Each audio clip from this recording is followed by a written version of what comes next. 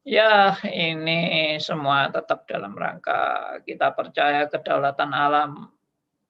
Tidak ada yang keliru, tidak ada yang salah.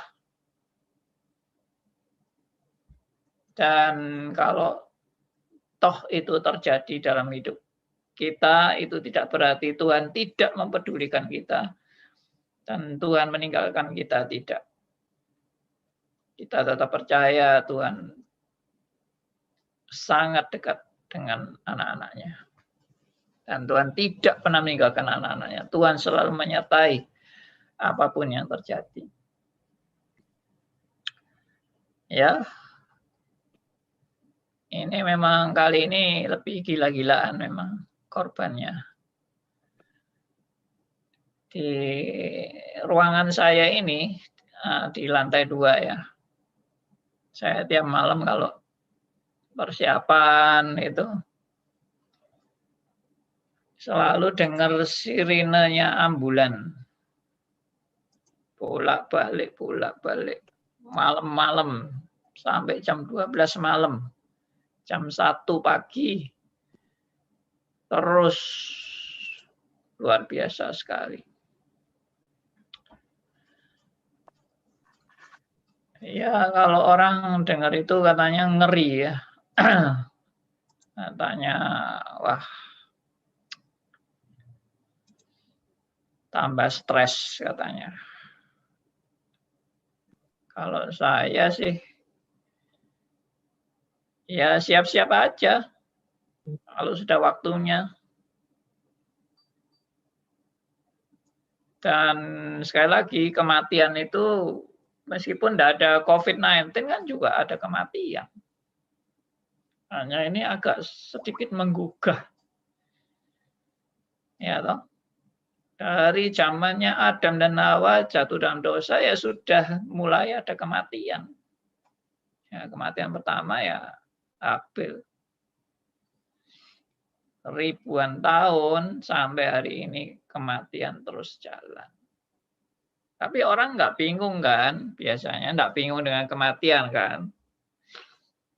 Ya karena kita mungkin jarang dengar atau jarang mengalami kalau salah satu keluarga kita kena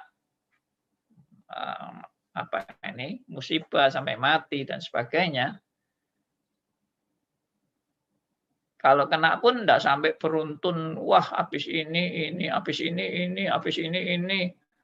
Enggak, ya satu keluarga kita sedih, kehilangan, tapi kemudian kan berjalan normal lagi. Enggak pernah sampai seperti sekarang ini, wah beruntun terus. Ya, tapi ini juga semua kita percaya ini jalan Tuhan. Oke, kita lanjut membahas mengenai penetapan Allah, di mana Arminian menolak kalau Allah menetapkan manusia masuk neraka, menetapkan manusia binasa, itu Arminian sangat menolak. Dan dia hanya menerima Allah menetapkan itu kalau berdasarkan Allah hanya Maha Tahu, bukan menetapkan tapi berdasarkan Maha Tahu. Ya, Allah tahu kalau manusia ini akan memberontak kepada Allah dan karena pemberontakan manusia itu ya Allah akhirnya ya istilahnya sudah mengingatkan ya, Allah sudah mengingatkan, Allah sudah membuat manusia itu supaya sadar, tapi manusia tidak mau sadar gitu kan. Nah, jadi dengan keadaan Allah sudah berusaha menyadarkan, tapi manusia nggak mau, ya akhirnya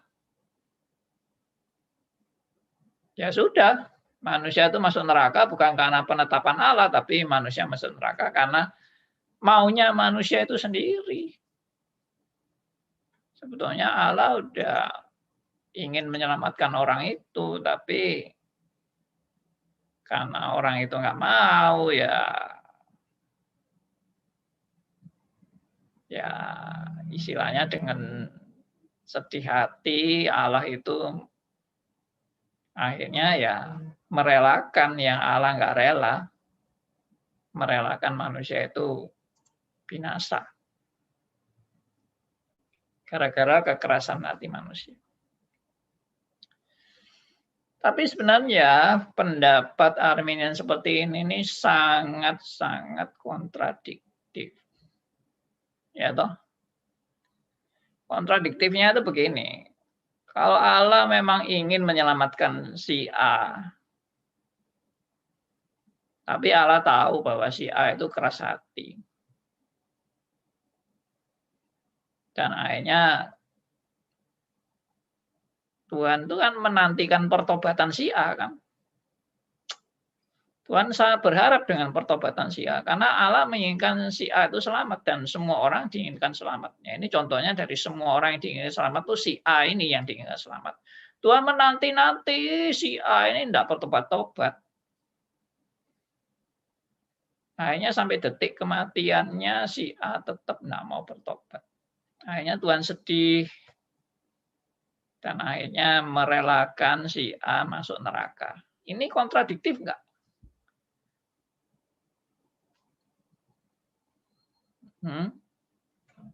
Kalau orang Arminian menganggap bahwa kalau Allah menetapkan manusia masuk neraka itu kontradiktif, itu tidak alkitabiah, itu tidak sesuai dengan karakteristik Allah. Nah, saya mau tanya, kalau Allah tadi cuma nunggu manusia bertobat dan Allah berharap dan merindukan manusia bertobat dan Allah menunggu-nunggu kapan manusia bertobat itu sampai mati akhirnya tidak bertobat, lalu Allah sedih dan Allah akhirnya merelakan manusia itu masuk neraka karena kekerasan hati manusia itu sendiri. Nah, ini kontradiktif nggak? Nah, coba ayo kasih respon. Karena yang dituduh kontradiktif itu kan reform kan. Reform itu kontradiktif karena menetapkan manusia masuk neraka. Wah, itu Allah kejam itu. Oke. Bagi Arminian kalau Allah menetapkan manusia masuk neraka itu kejam. Sekarang Allah versi Arminian. Allah versi Arminian itu katanya merindukan semua manusia selamat. Nah, itu tadi si A dirindukan selamat, tapi si A keras hati, terus keras hati. Tuhan terus ingin mengabarkan Injil kepada si A, tapi si A terus menolak sampai akhirnya detik kematian tetap menolak. Akhirnya Allah dengan sedih hati, dengan duka cita yang mendalam, akhirnya menerima si A masuk neraka karena kekerasan hatinya. Nah, ini kontradiktif enggak? Ayo jawab.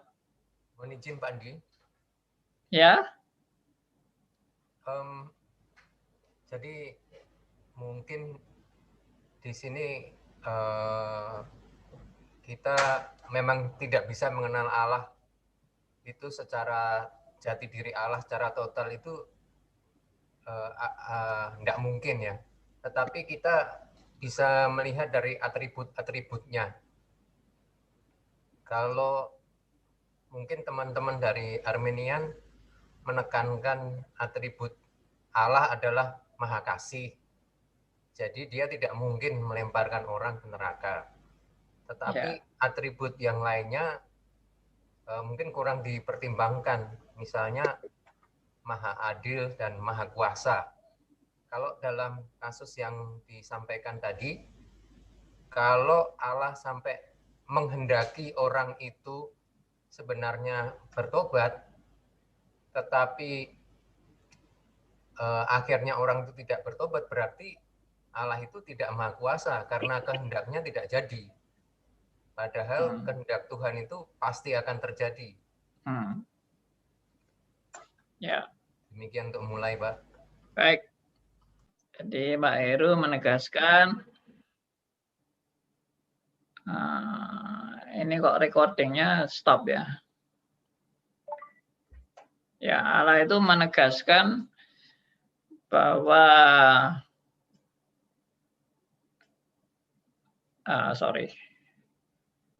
Arminian itu menegaskan bahwa Allah itu kasih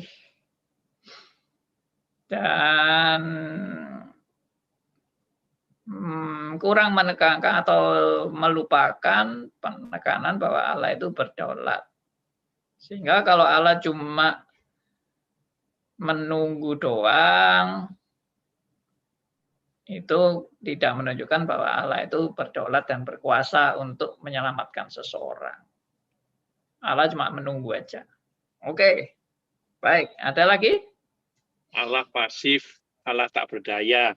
Allah pasif dan Allah tak berdaya. Oke, good. Silakan. Pak Pandi. Ya, Theodor. Pak, saya pikir poin krusialnya itu sudah pernah Bapak ajarkan, Pak. Allah memilih beda dengan Allah mengambil. Kalau mengambil ya semua gitu, Pak. Kalau memilih ya ada yang tidak terambil gitu ya. Saya tetap lihat dari situ sih, Pak. Ya. Mohon maaf, Pak, kalau saya keliru, Pak ya. Bukan itu maksudnya. Tapi saya ada lanjutannya, Pak. Pemilihan Allah itu efektif. Kalau saya simak ajaran Bapak gitu. Iya. Bukan. Poin saya tadi bukan itu. Poin saya itu adalah Allah itu kan katanya mengasihi. Allah tidak mau menetapkan, tapi Allah mengasihi. Ini versi Arminian ya. Allah mengasihi dan menghendaki semua orang bertobat. Lalu si A itu, Tuhan itu sudah sangat merindukan si A itu bertobat, bolak-balik diinjili, bolak-balik diingatkan, diinsyafkan, tapi tidak mau. Terus si A terus mengeraskan hati, terus sampai akhirnya detik kematian tetap tidak mau bertobat dan tidak mau menerima Yesus sebagai Tuhan dan Juru Selamat. Akhirnya Allah dengan sedih hati dan dengan duka cita mendalam akhirnya menerima keadaan yang si A itu yang harus akhirnya masuk neraka. Nah, itu kontradiktifnya apa kalau seperti itu? Tadi Pak Hendarto mau ngomong ya. Mungkin presupposisinya salah, Pak. Rencana Allah itu sempurna, tidak ada yang salah dalam penetapannya dari sejak mula-mula. Iya. Kalau bagi Arminian, ya Allah memang tidak merencanakan, Allah cuma merindukan. Berarti di sini kedaulatan Allah tidak ada dong, maksudnya. Seolah-olah Allah itu tidak berdaulat atas apa yang dia sudah ciptakan dan dia tentukan gitu. Allah tidak berdaulat. Bukan, kata menurut Arminian, Allah itu menghargai kebebasan manusia. Allah sangat menghargai kebebasan manusia. Malam, Pak Andi. Malam. Waduh, ini luar biasa ini Bapak. Sorry Pak. Bapak Liman ini. Menurut saya Pak, walaupun Allah kasih pada semua, tapi kan Allah punya hak Pak. Seperti penjunan itu Pak. Dia mau bikin apa tanah liat terserah dia tuh Pak. Mau dibikin pas baik, mau dibikin spot, kan terserah dia. Maunya dia. Jadi kita nggak bisa mendikte dia. Yang penjunan, dia pencipta. Mau apa sama pencipta, kita nggak bisa apa-apa. Itu menurut saya Pak, dari hak mutlak kedaulatan dengan Allah Pak. Ya itu pakai Roma 9 ya kan. Tapi kalau seperti itu ada peristiwa Tuhan Yesus menangisi Yerusalem. Ya, aku sudah menanti kamu untuk bertobat, tapi kamu mengeraskan hati. Nah, itu.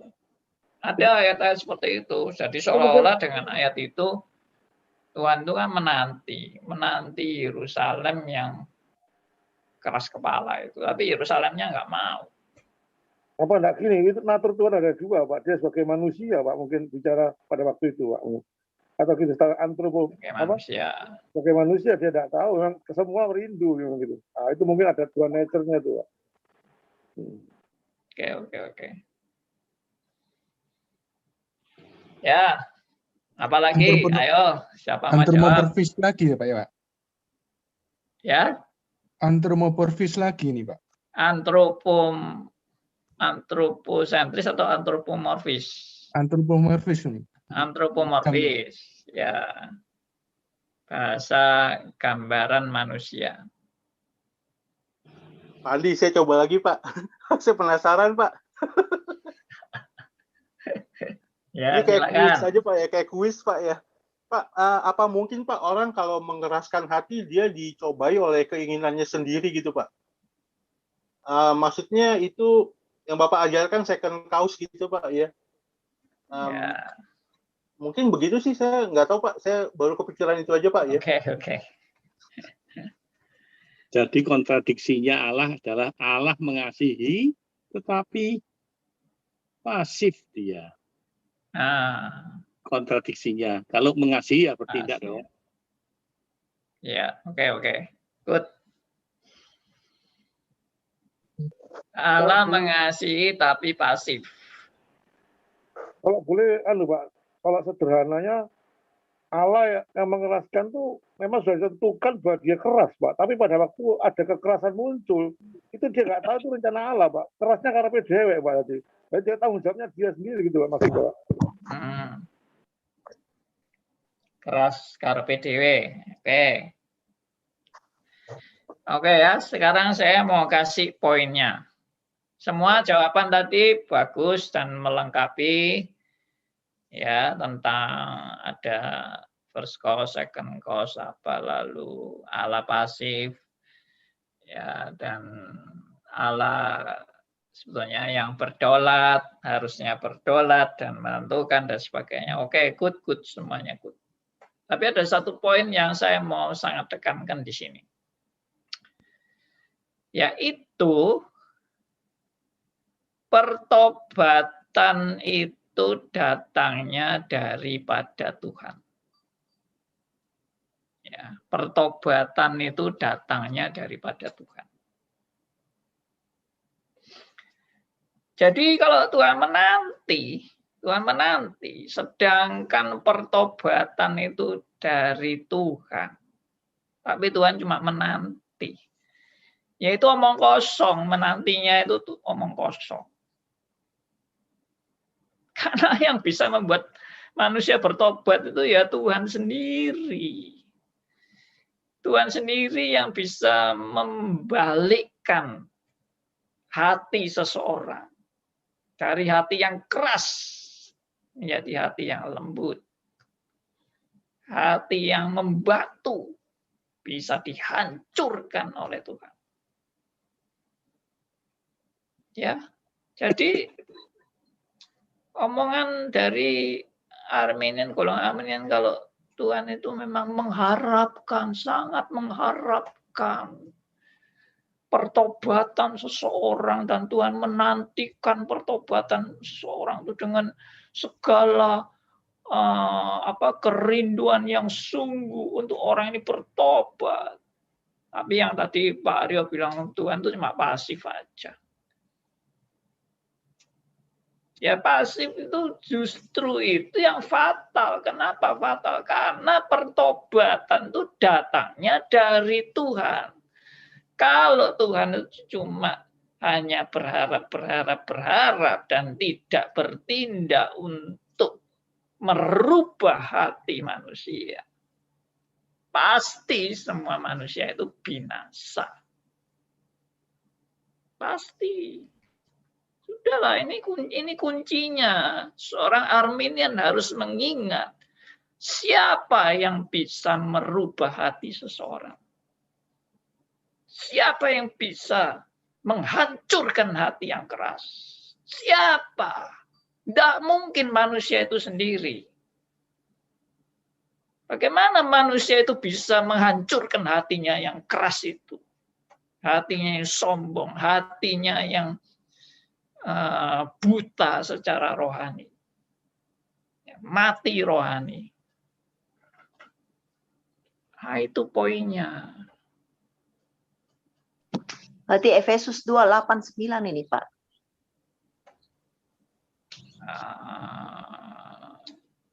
Adalah pemberian Tuhan, bukan hasil usaha Efesus manusia. 2:8-9 itu nanti penekanannya beda lagi. Itu penekanannya kepada semua karena anugerahnya, kan? Tapi yang saya mau tekankan di sini adalah sumber pertobatan itu yang bisa merubah hati seseorang itu hanya Tuhan. Contohnya adalah misalnya yang paling jelas Rasul Paulus sebelum dia jadi rasul, dia Saulus. Hatinya dia itu ingin memusnahkan kekristenan dan murid-murid Tuhan Yesus akan dibunuh semua oleh Rasul Paulus. Lalu Tuhan dalam Rasul Paulus dalam perjalanan, Tuhan langsung bertindak, langsung merubah hatinya, membuat Rasul Paulus jadi buta, dan langsung tunduk dan takluk kepada Tuhan. Nah, ini karya siapa? Masa karya Paulus? Karya Saulus? Nggak mungkin, kan? Saulus mempertobatkan dirinya sendiri, nggak mungkin. Ya, ini hal yang sangat mendasar dan ringan. Dan ringan sekali. Sebetulnya ini ringan, tidak berat ini. Mikir seperti ini itu tidak berat. Tapi terlalu ngotot dengan antroposentrisnya. Ya, bahwa menekankan manusia bertanggung jawab, manusia sudah dewasa, bisa mengambil keputusan. Itu. Lalu yang kedua, yang saya sebut tadi dengan kontradiksi itu adalah Allah merindukan. Tapi merindukan tapi pasif. Yaitu sama saja dengan gombal. Kerinduan yang gombal. Ya. Kerinduan Allah merindukan tapi menyediakan neraka. Allah tidak menghendaki ada orang yang binasa tapi menyediakan neraka. Berarti tidak menghendaki orang binasa tapi menyediakan neraka itu sama saja dengan gombal. Ya, saya agak ini ya.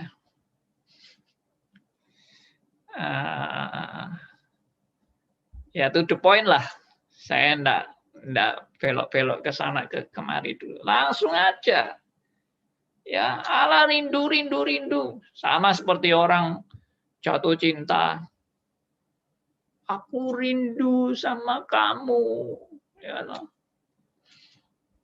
tapi rindu terus, tapi ceweknya itu ulang tahun nggak diperhatiin, nggak dikasih kado. Tapi kalau ngomong itu mesti aku rindu sama kamu, rindu. Nggak pernah apel. Ya toh. Lalu gombal itu rindu kayak gitu itu. Padahal Allah itu mampu untuk menyelamatkan. Ya, poinnya di situ loh. Allah itu mampu untuk menyelamatkan. Kecuali Allah nggak mampu. Ya, misalnya aku rindu, aku mencintaimu. Tapi kamu adalah Ratu Inggris. Waduh, yo mana mungkin ya toh. Aku ngelamar Ratu Inggris itu. Ya, orang Jawa bilang gak iso ngerayangi citoke. Nah, itu. Jadi memang kenapa? Karena kamu tidak berdaya untuk bisa mencapai kerinduanmu. Kamu mau jadi suaminya, waduh, anak atau putrinya Raja Inggris misalnya. Tidak berdaya kan? Tapi Allah itu berdaya, bahkan maha kuasa. Gara-gara dia cuma mau menekankan kebebasan manusia, kerinduannya menjadi gagal. Itu yang saya bilang kontradiksi. Allah punya kerinduan, tapi memberikan kebebasan pada manusia, akibatnya kerinduannya gagal. Ya kalau saya ya jadi Allah ya. Masa kerinduanku bisa gagal gara-gara aku menghargai kebebasan manusia. Ya kalau aku betul-betul merindukan ya aku akan bertindak dengan segala cara untuk bisa menggenapi semua manusia harus bisa bertobat. Dan rencanaku tidak mungkin gagal. Nah itu tadi sudah ditekankan, rencana Tuhan tidak mungkin gagal. Kalau kerinduannya itu betul-betul kerinduan loh. Makanya tadi saya bilang kerinduannya itu menjadi gombal kalau cuma sekedar rindu toh, tapi menyediakan neraka. Anda rindu tapi menyediakan neraka.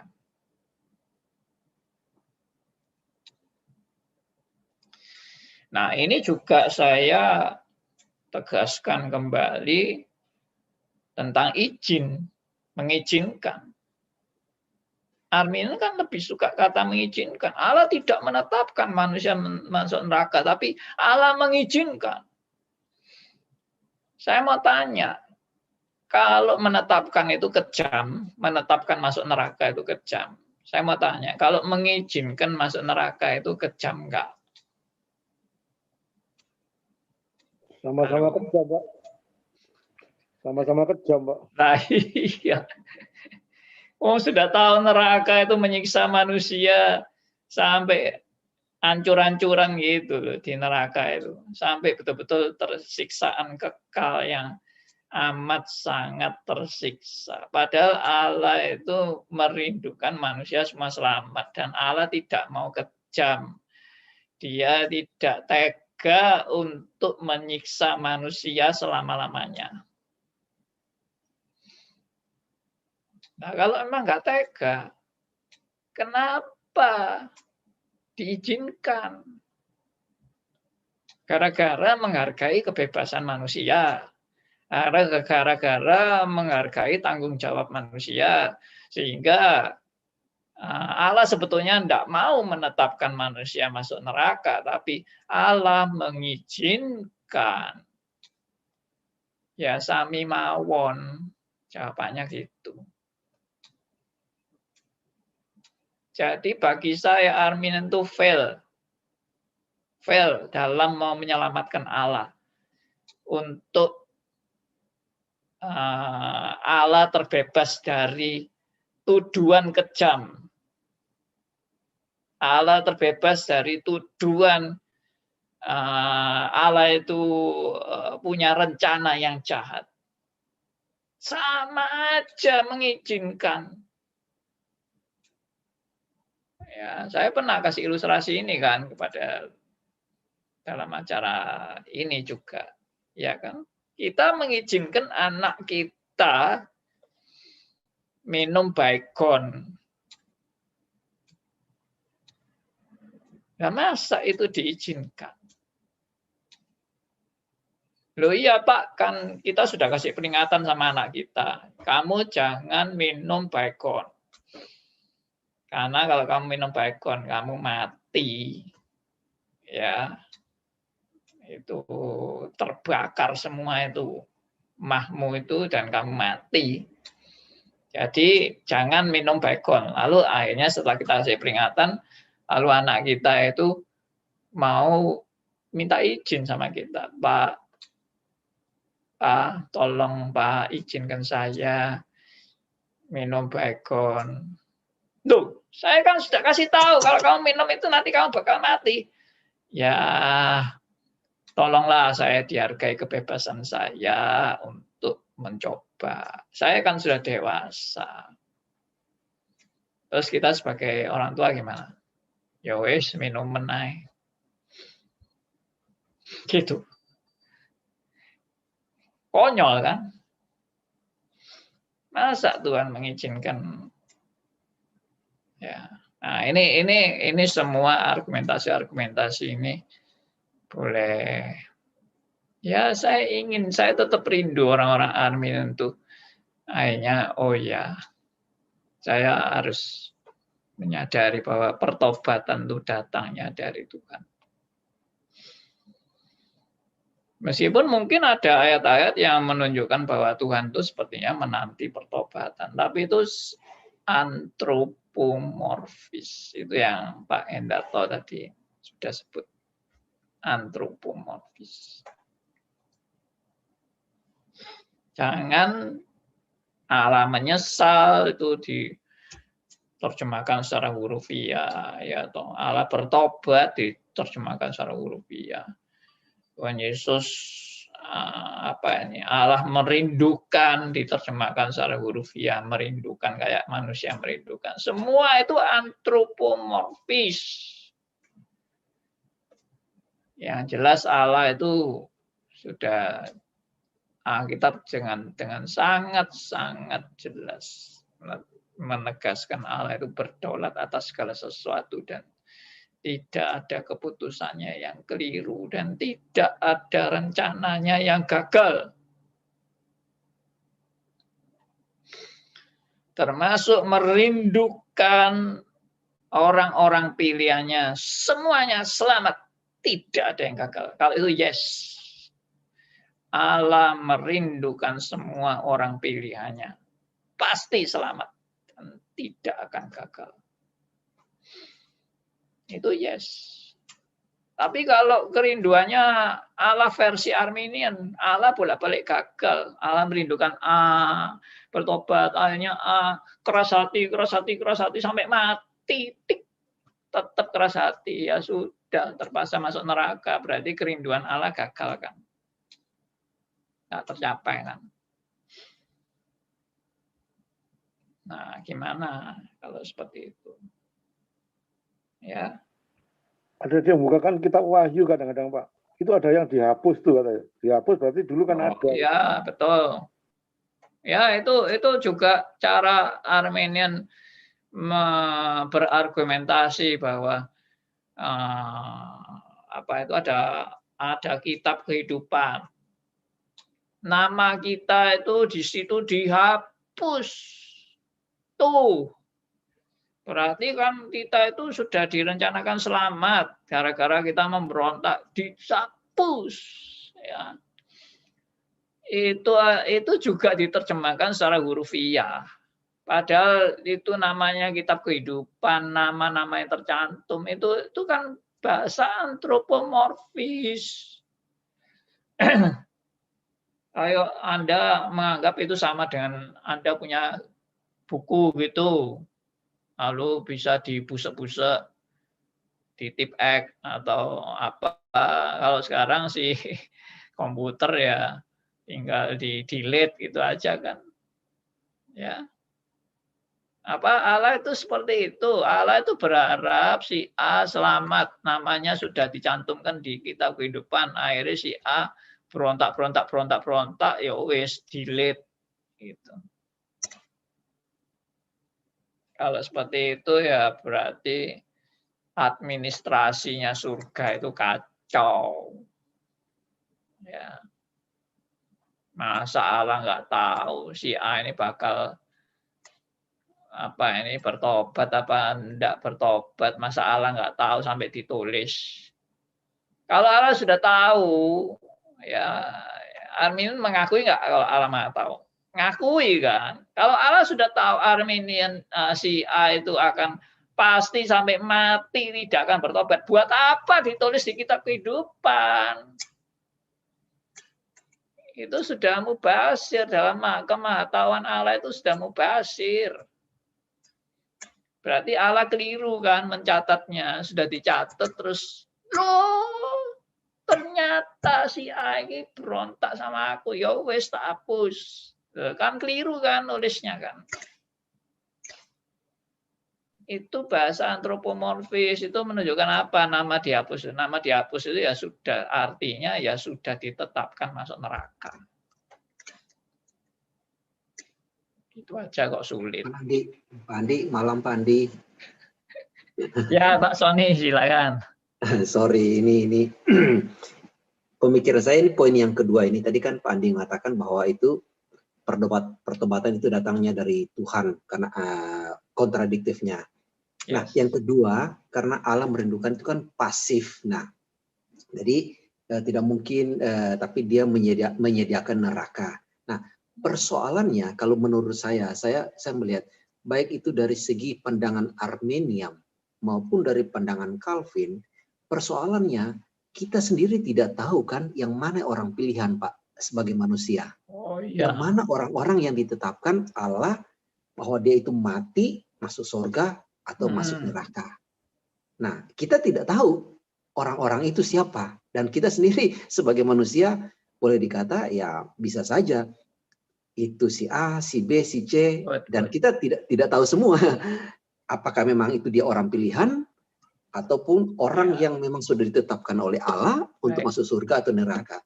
Itu kan hanya Allah sendiri yang tahu, Pak. Jadi kalau kita perdebatkan antara, jadi saya rasa bingung juga saya gimana. Gini Pak, oke ya, saya jawab ya.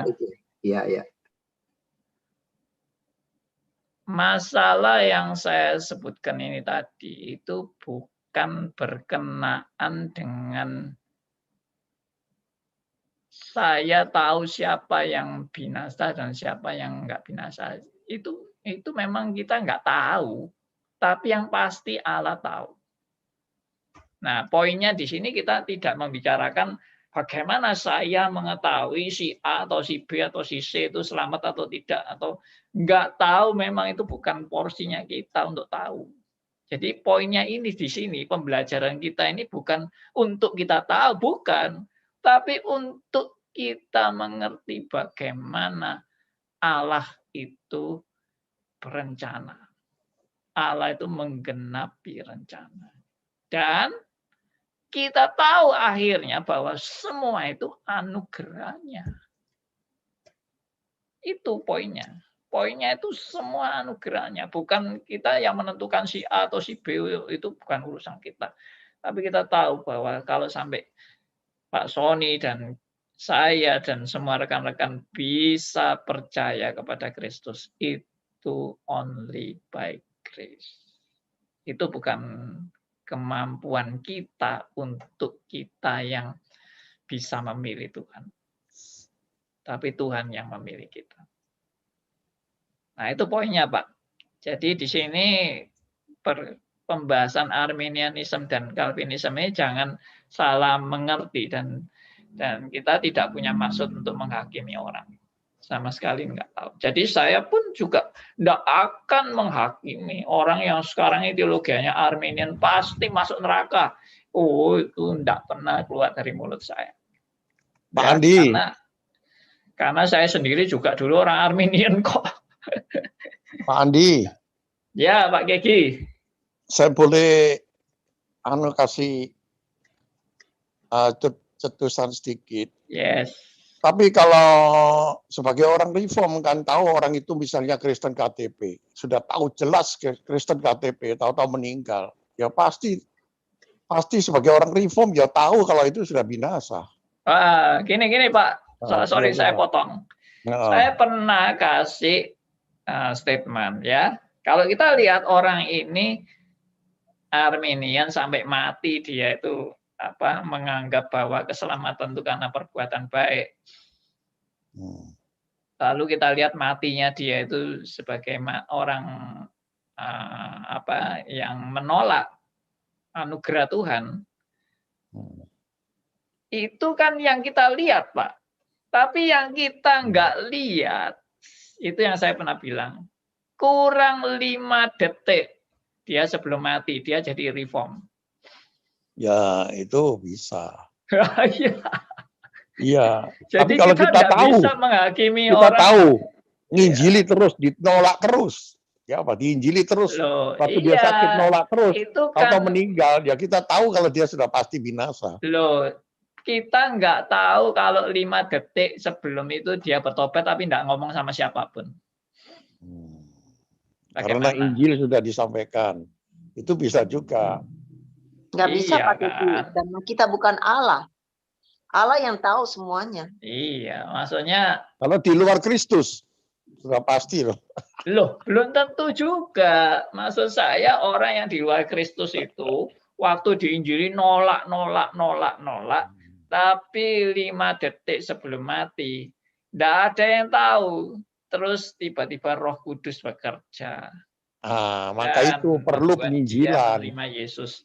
Diam-diam tidak ada yang tahu. Siapa yang berani menghakimi? Ya kan? Ya itu perlu penginjilan kita ini. Siapa tahu dia dapat anugerah.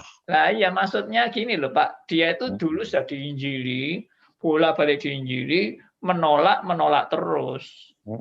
Sampai mau mati, kurang 5 detik sudah antara koma dan hampir mati ini, dia terus dalam kuasa Roh Kudus, ya toh, dia menerima Yesus. I don't know kan? Iya. Waktu dia menolak terus itu pun kita nggak tahu artinya bagaimana. Waktu mulutnya nolak, kita tetap nggak tahu hatinya tuh ragu-ragu enggak. Itu kan mulutnya tok karena gengsi atau apa. Belum tentu. Kita tidak bisa membaca hati. Tuhan yang bisa. Pak Andi. Yes. Pak, tadi kan Bapak bilang masalah ini Pak, ada kerinduan dan kebebasan. Yang saya simak dari pengajaran Bapak, Arminian itu menekankan kepada kesetiaan sampai akhir, Pak. Nah, sebenarnya di mana bedanya ketekunan orang Reform sama ketekunan orang Armenian gitu, mungkin banyak yang belum ngerti, Pak, ya. Dan kita setia sampai akhir. Nanti saya bahas di tulip itu. Ya toh. Maksud saya Pak, lebih proporsional Pak, melihat Armenian juga mereka punya jawaban terhadap kebebasan. Kalau kamu setia sampai akhir ya kamu masuk surga gitu.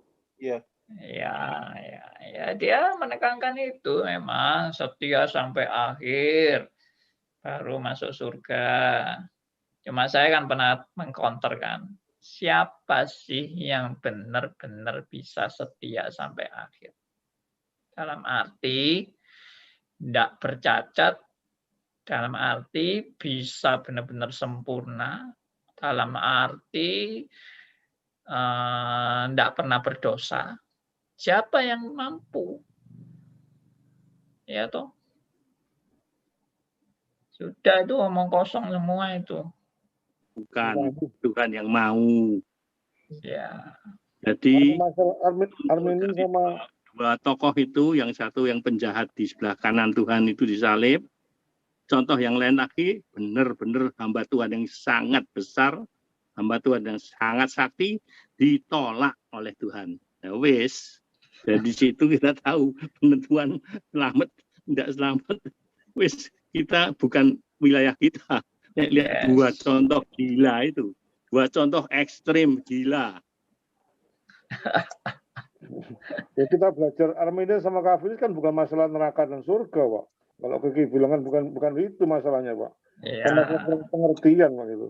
Nah, juga orang Calvinis Armenian ya bisa juga, Pak. Itu. Oke. Good. Kalau kita bicara mengenai itu, kalau kita penguburan orang mati itu bagaimana mengatakan, Pak Alim ya? Bukan, jangan ngomong, hati-hati, jangan ngomong. Ngomong secara umum, Pak. Ngomong secara umum, oke. bukan nunjuk hidung. Jadi misalnya kita bilang, berbahagialah orang yang percaya dalam Yesus Kristus, karena dia pasti diselamatkan. Loh, itu kan umum. Ya gitu itu ya. Iya. Ya. Menghakimi tidak boleh.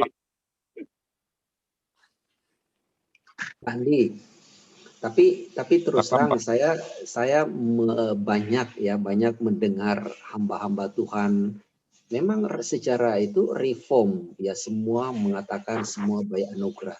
Tapi banyak juga dari antara mereka itu yang percaya loh bahwa itu free will-nya itu, Pak. Misalnya ya manusia yang memilih sehingga dia berbuat dosa. Itu banyak saya dengar juga loh, secara meskipun itu hamba Tuhan reform loh. Gimana ini Pandi? Berarti itunya belum reform dong, Sony. Berarti dia punya itu belum reform. Pengajarannya belum reform gitu. Oh ya, siapa tadi yang selamat malam ini? Saya Pak Andi, Dani Pak. Oh, Pak Dani. Apa kabar? Wah, ikut puji Timbro Tuhan. Pak Andi. Ya, ini kan apa namanya, berawal dari 2 Petrus 3 ayat 9 ya Pak Andi ya. Ya, Memang Tuhan merindukan semua orang selamat. Ya, ketika diparafris argumen kan ya memang sudah fail ya Pak ya. Setuju, tapi ketika itu diparafris menjadi itu untuk orang-orang pilihan, ya selesai gitu ya. Memang ya sudah begitu. Hanya kemudian maksudnya adalah kita harus bisa membedakan gitu ya di dalam ayat tersebut what God would like to see happen and what He actually does will to happen. Jadi itu adalah yang sebenarnya Tuhan ingin lihat gitu. Maksudnya kita harus beda-bedakan itu atau apa yang sebenarnya Dia kerjakan begitu. Yes. Jadi John Piper ya dalam hal ini memberikan interpretasi bahwa sebenarnya ketika orang-orang itu dibakar di neraka itu juga Tuhan tuh sedih gitu loh. Dia tidak akan bersukacita atau senang begitu ya. Jadi dia membedakan itu Pak, ayat itu bahwa yang ingin untuk Tuhan lihat itu terjadi dan apa yang yang sebenarnya dia kerjakan itu yang Pak dikatakan dia memberikan anugerah itu Pak. Iya. Oke. Jadi dia tidak menerjemahkan sebagai untuk orang pilihan, tapi itu kepada semua orang begitu. Itu sih yang pernah saya baca Pak. Iya. Oke. Cuma saya mau menegaskan ini yang pernah saya jelaskan Pak Dani ya. Jadi kalau 2 Petrus 3 ayat 9 ini kalau kita teliti, ayat itu tidak untuk semua orang. Tapi ayat itu tetap dalam konteks untuk orang pilihan. Jadi kalau kita perhatikan kalimat pertama, Tuhan tidak lalai menepati janjinya. Nah, perhatikan ini. Janjinya ini kepada siapa? Tuhan berjanji kepada siapa? Tuhan tidak pernah berjanji kepada kepada seluruh manusia. Tidak ada ikatan perjanjian Tuhan kepada seluruh manusia. Perjanjian, apalagi perjanjian tentang keselamatan secara pribadi. Ya, nah kalau kita kembali kepada prinsip yang sangat mendasar, jelas yang namanya perjanjian Tuhan itu adalah perjanjian kepada pertama umat Israel, yang kedua adalah Israel rohani. Kalau yang pertama tadi Israel jasmani, tapi itu bukan tentang keselamatan, tapi rencana keselamatan melalui Israel.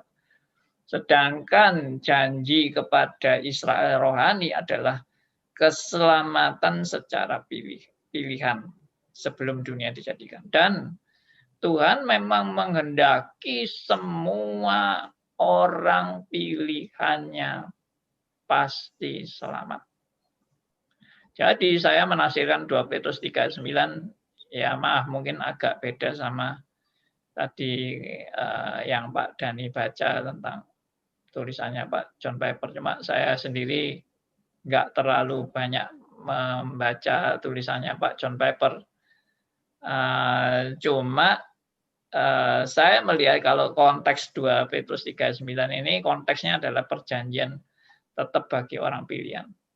Ya, jadi saya menerjemahkan supaya semua orang berbalik dan bertobat ini, semua orang di sini adalah orang pilihan. Bukan semua orang dalam arti betul-betul semua orang. Bagi saya itu juga nonsen, karena Allah juga sudah tahu kok ada gandum dan lalang. Dan Allah tidak mungkin berharap lalang akan bertobat.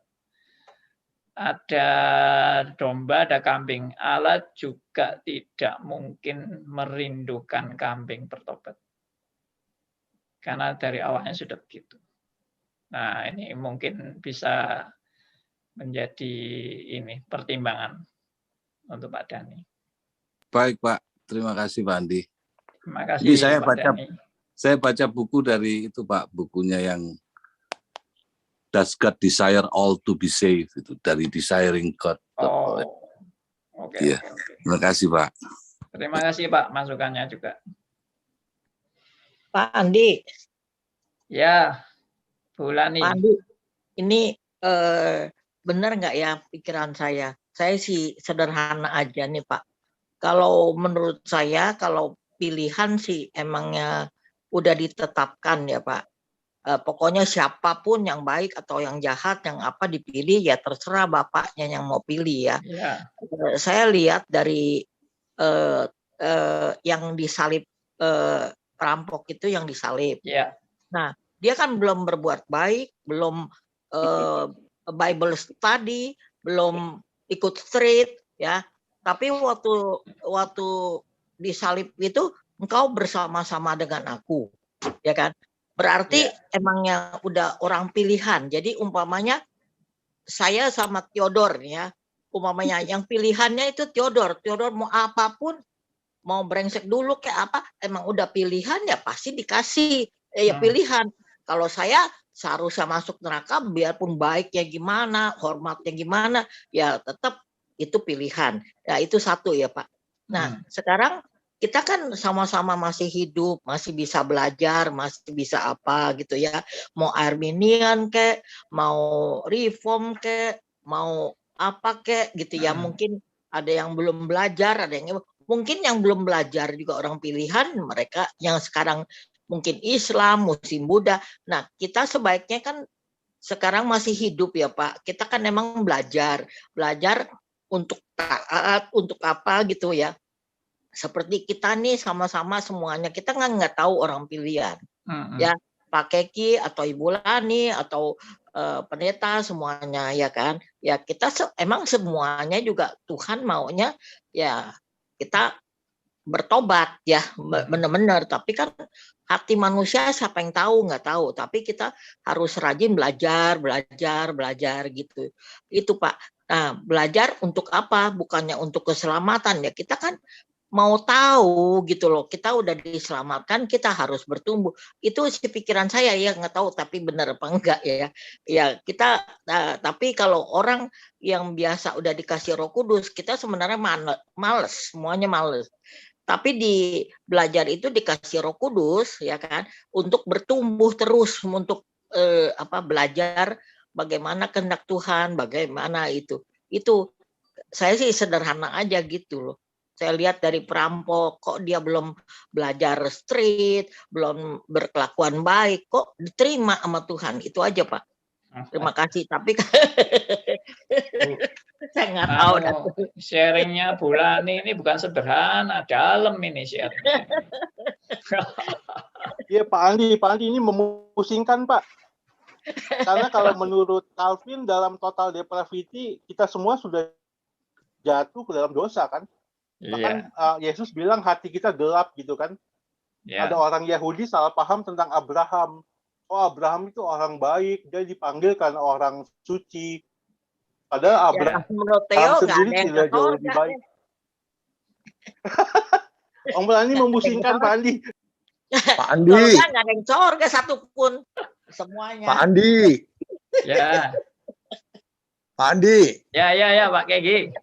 Kalau saya yakin saya orang pilihan loh. Oh, iya dong. Saya nggak ragu-ragu kok. Bukan Pak Keki aja, saya juga yakin. Semuanya yang di sini pasti yakin. Bagus itu. Enak Bagus. aja. Nggak boleh sombong. Saya juga Nggak yakin. sombong, nggak sombong, itu karunia. Karunia. Loh. Bisa ngaku itu karunia. Kalau nggak bisa ngaku bukan karunia. Pak, saya dulu loh. Saya lahir duluan udah percaya. Sombong nih. Semuanya juga di sini mau dong. Emangnya udah pasti. Ya. Gini. Kalau saya Kita memang tidak boleh menghakimi orang lain, tapi keselamatan yang Tuhan anugerahkan kepada kita harus percaya. Jangan sampai kita sendiri meragukan karya keselamatan Allah dalam hidup kita. Nah, itu juga penghinaan kepada karya Allah itu kalau kita meragukan terus karya Allah dalam hidup kita. Itu juga nggak benar, tapi tidak untuk menilai orang lain. Ya, jadi kalau Pak Keki tadi bilang, saya yakin saya selamat, itu oke, it's okay, asal benar-benar keyakinan kita itu keyakinan yang dapat dipertanggungjawabkan kan. Sama seperti Bu Lani tadi juga mengatakan, saya juga yakin loh, semua orang boleh yakin. Cuma keyakinannya kan sekarang harus dipertanggungjawabkan kan gitu kan. Nah, itu namanya apologetika. Makanya di surat Petrus itu berapa itu 2 Petrus 3 ayat 5 kalau nggak salah tentang apologetika itu, bahwa kita harus bisa mempertanggungjawabkan iman kita kepada mereka yang meminta pertanggungjawab. Nah, itu kan. Jadi bukan asal percaya gitu aja ngawur-ngawuran gitu ya, pasti tidak, ya kan. Jadi emang harus dipertanggungjawabkan. Pak Andi. Ya. Pak Andi. Bukan saya ini menjelekkan mantan istri saya. Mantan istri saya pelayanan. Seperti KKR. Jemaatnya banyak. Tapi dia bilang sama anak saya begini. Kita ini nggak bisa masuk surga. Kita masih berdosa. Loh, kok goblok. Justru berdosa itu Yesus mati di kayu salib. Demi dosa kita. Dia nggak tahu salibnya. Karena berkat melulu. Berkat. Anak-anaknya diberkati, didoakan, berkat melulu, kekayaan itu tok sih diomongi. Makanya nggak yakin masuk surga, anggap dia tetap dosa. Aduh, anak saya sampai godek-godek. Oh, ya. Nah, itu loh kasihan. Ya, doktrinnya nggak jelas doktrinnya. 5 menit lagi mau masuk malas percaya lah, sama tahu gitu. 5 menit Ya lagi bisa, mungkin mau mati bertobat bisa, itu saya alami. Saya pernah penginjilan Kwamya, Loi, paling top, suka bohongi orang-orang sudah wis. Nah, saya terus injili dia saat dia bertobat, dia bilang betul Keki, yang benar itu adalah Kristen, penebusan. Wah, mati ya. Saya yakin dia kekal sudah. Ya.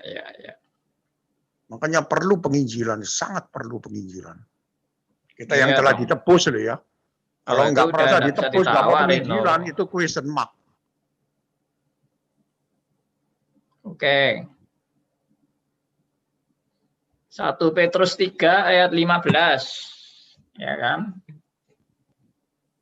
Coba kita baca 1 Petrus 3 ayat 15. Silakan, ada yang mau bacakan? Sesuai dengan yang di layar.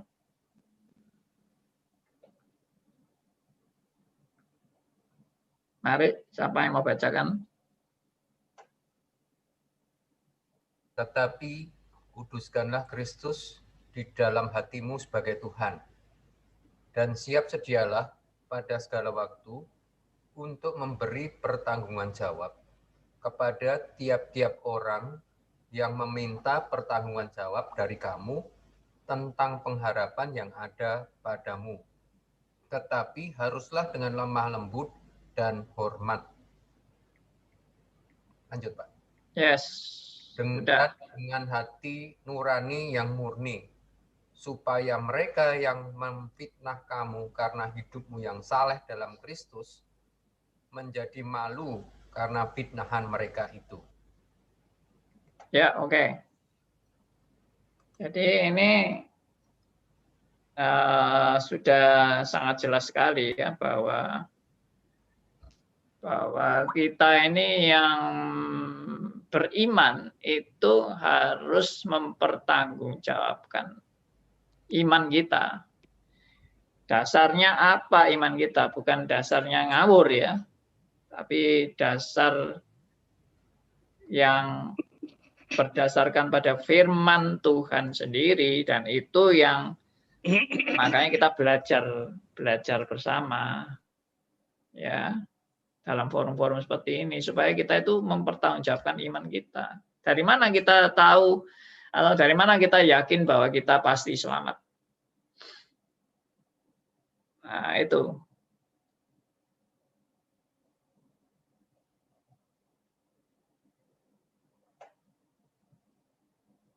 Ada yang mau menanggapi?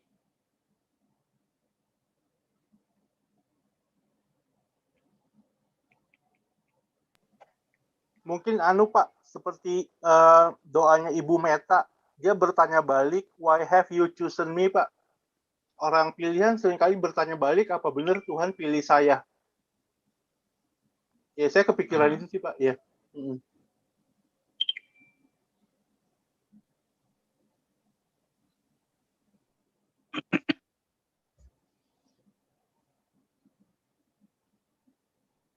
Paling menarik itu cara berpikir tentang keselamatannya Paulus itu loh, Pak. Ya, bagaimana? Ya, dia itu bilang selalu saya ini gagal, lalu saya ini jatuh dalam dosa terus.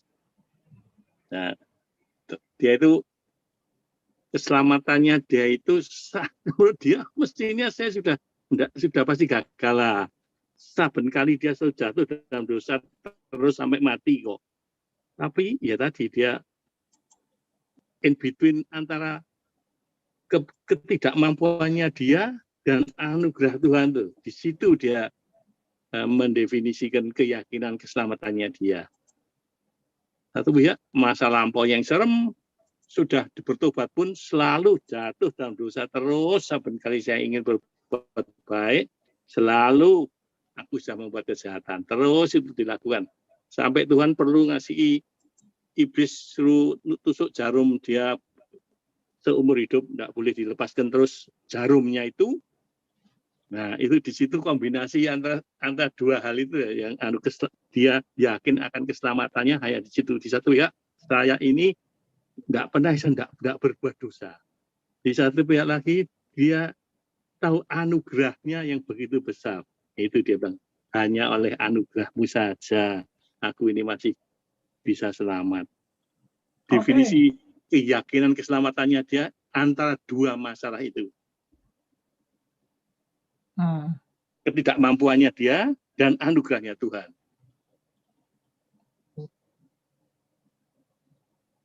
Oke.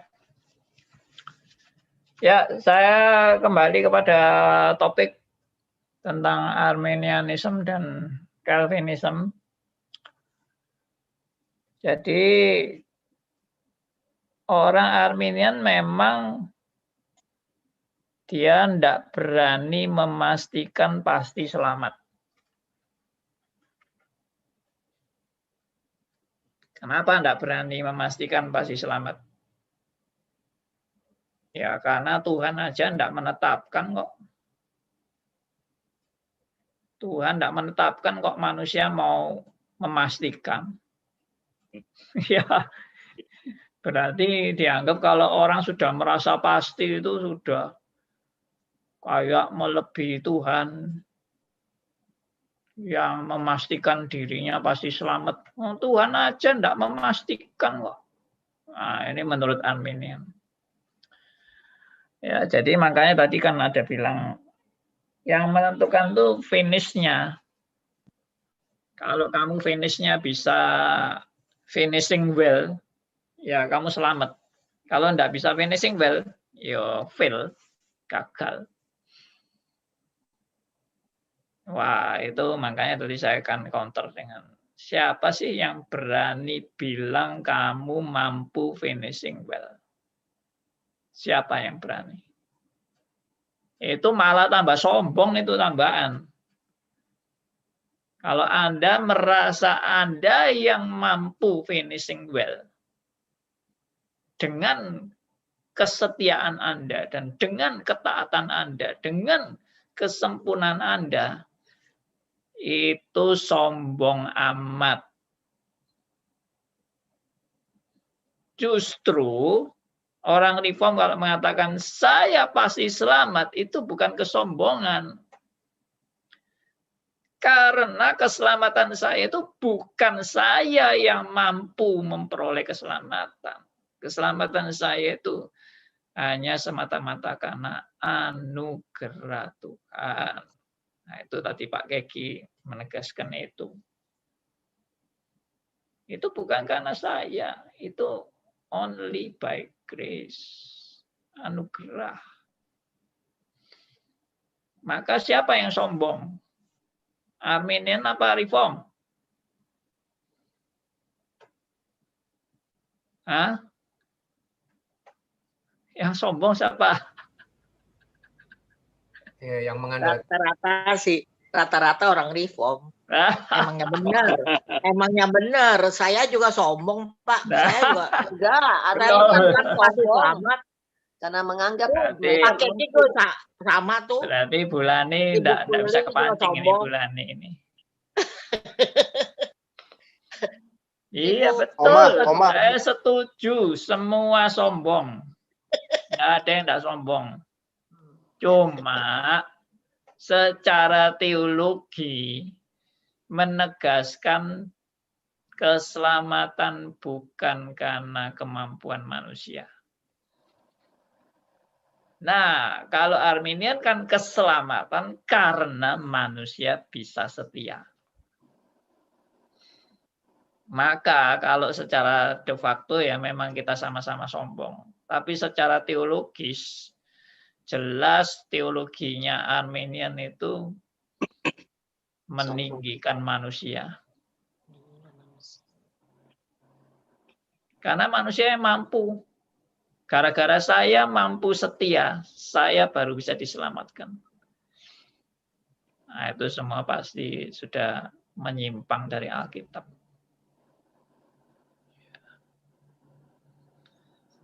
Nah, jadi poin-poin ini yang perlu kita pelajari baik-baik. Oke. Kalau sudah, ini ada pertanyaan-pertanyaan di chat. Kelihatannya pertanyaannya ini diborong oleh Bapak Elia. Wah, luar biasa ini. Dia nggak ada pertanyaan tadi. Borong semua sama Pak Elia ini pertanyaannya ini. Saya bacakan ya. Apa poin kisah sensus pertama kali di dunia yang Yahweh murka atasnya dan menyuruh Daud memilih hukumannya sendiri? Ya, lalu ayatnya dikutipkan di sini. Saya bacakan aja langsung ayatnya. Kemudian datanglah Gad kepada Daud, lalu berkatalah ia kepadanya, beginilah firman Tuhan, haruslah engkau memilih 3 tahun kelaparan atau 3 bulan lamanya melarikan diri dari hadapan lawanmu, sedang pedang musuhmu menyusul engkau, atau 3 hari pedang Tuhan, yakni penyakit sampar ada di negeri ini, dan malaikat Tuhan mendatangkan kemusnahan di seluruh daerah Israel. Maka sekarang timbanglah jawab apa yang harus kusampaikan kepada yang mengutus aku. Mengapa seolah-olah keputusan manusia itu yang berlaku? Wah, ini bagus nih pertanyaan ini. Jadi Tuhan kan menghukum Daud, tapi bentuk hukumannya apa? Daud suruh milih. Jadi seolah-olah yang menentukan hukuman itu Daud. Ya, ini kan seolah-olah. Daud memang akhirnya memilih kan, cuma saya lupa konteks ayat ini pilihnya yang mana, tapi saya justru melihatnya begini. Kenapa kok Tuhan mempersilahkan Daud memilih bentuk hukumannya? Karena ini juga demi mendidik Daud. Di dalam belajar menerima hukuman dari Allah, apakah Daud tetap mau belajar teosentris atau antroposentris? Jadi ini dalam rangka mendidik Daud. Apakah dia mengutamakan cinta akan Tuhan atau cinta pada diri sendiri? Apakah dia memikirkan keselamatan dirinya sendiri atau keselamatan umat pilihan Allah? Nah, itu latihan dari Tuhan kepada Daud dalam memilih hukuman. Oke, jadi keputusannya Daud, apapun itu, tetap dalam kedaulatan Allah. Tidak akan Daud memilih, lalu Allah taat pada pilihan Daud. Tidak. Karena Allah itu justru Allah yang mendidik Daud untuk memilih sesuai dengan keputusan Tuhan. Oke, berikut. Iblis bangkit melawan orang Israel dan ia membujuk Daud untuk menghitung, itu ayat latar belakangnya. Bangkitlah pula murka Tuhan terhadap orang Israel, ia menghasut Daud. Oke.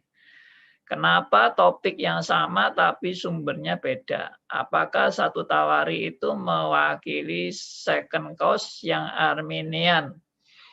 Dan di 2 Samuel itu first cause alias Calvinism. Saya kira enggak. Dua-dua ini reform semua. Ya. Jadi waktu satu Tawari dikatakan iblis bangkit melawan orang Israel, itu pasti memang second cause. Ya. Kalau bangkitlah pula murka Tuhan terhadap orang Israel dan ia menghasut Daud melawan mereka. Firman Tuhan, pergilah hitunglah orang Israel dan orang Yehuda. Jadi ini Tuhan yang nyuruh kan. Kalau ditawari iblis yang membujuk Daud. Jadi mana yang betul? Tuhan yang nyuruh atau iblis yang nyuruh? Ya, saya jawab dua-dua betul. Jadi yang di 2 Samuel itu memang first cause, itu sudah di dalam penetapan Allah, cuma dalam menggenapi penetapan Allah itu Tuhan pakai second cause, yaitu si iblis. Jadi bukan satunya Arminian, satunya Reform, enggak. First cause, second cause itu bukan Arminian Reform loh. First cause, second cause itu dua-dua itu prinsip Reform itu. Ya, oke. Saya harap ini jelas.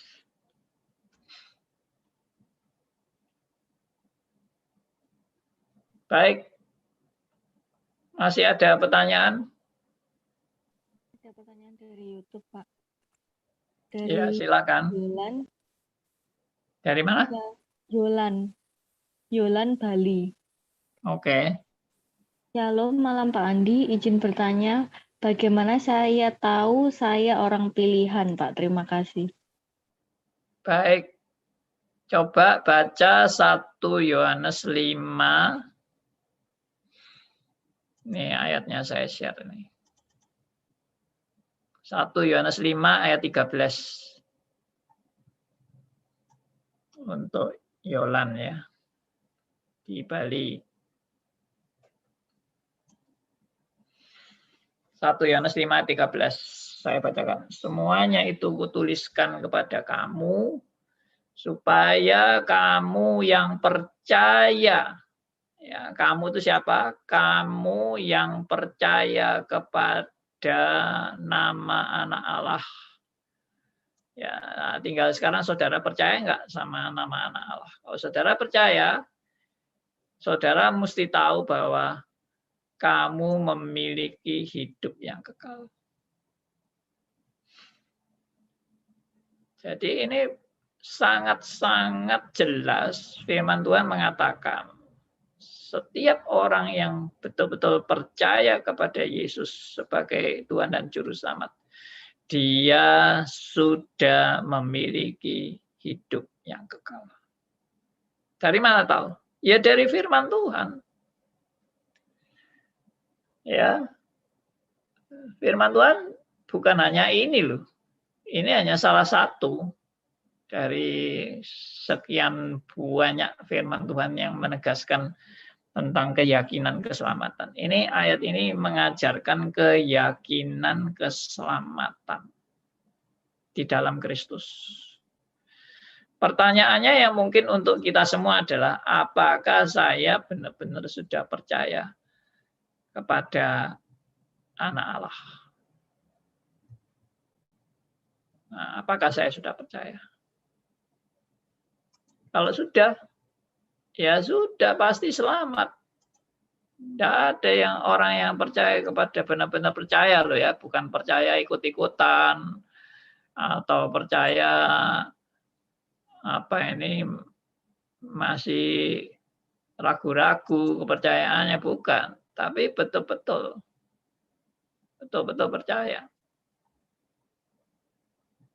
Nah, ayat ini coba kita lihat ayat lain lagi. Dari Roma pasal 5. Ya, kita lihat. Roma 5.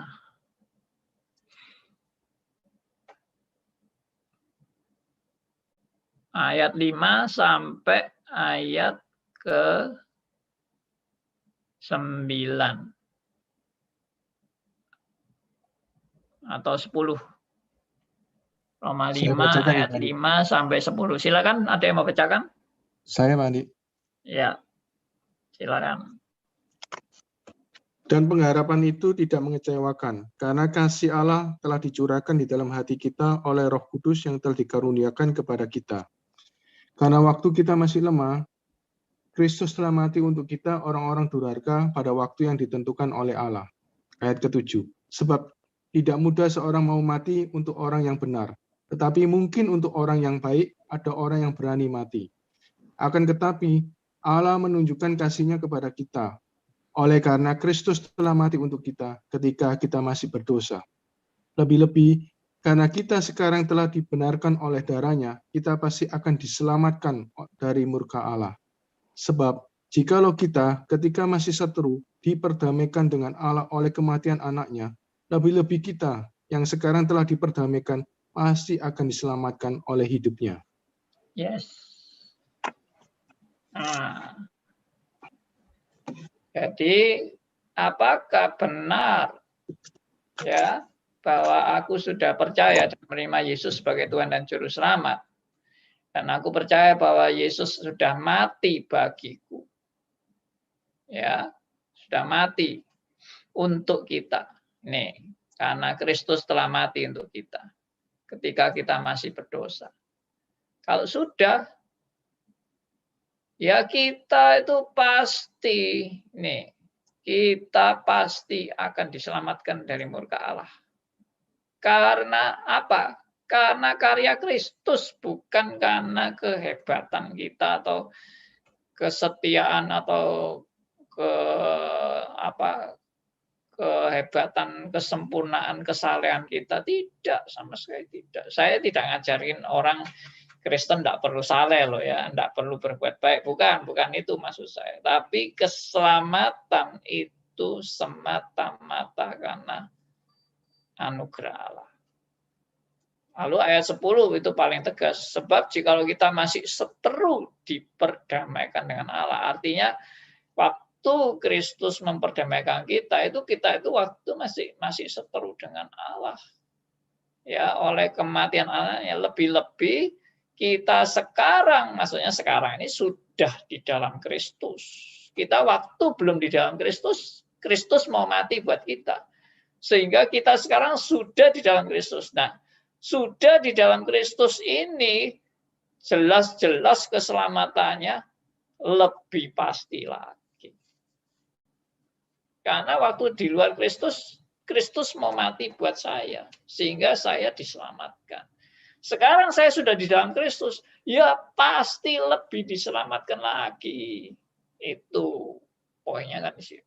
Lebih-lebih kita sekarang telah diperdamaikan, pasti akan diselamatkan oleh hidupnya. Nah, kiranya ini boleh jadi berkat. Ya. Baik. Ini sudah mendekati jamnya. Kurang 2 menit. Jadi kita sampai di sini aja ya.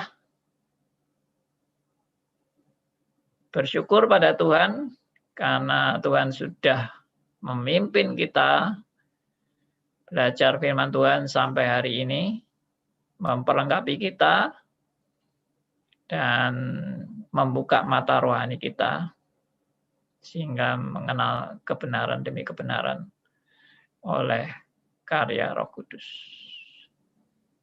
Baik, kita berdoa ya. Saya minta ini ada yang namanya Vivi. Boleh saya minta untuk pimpin doa?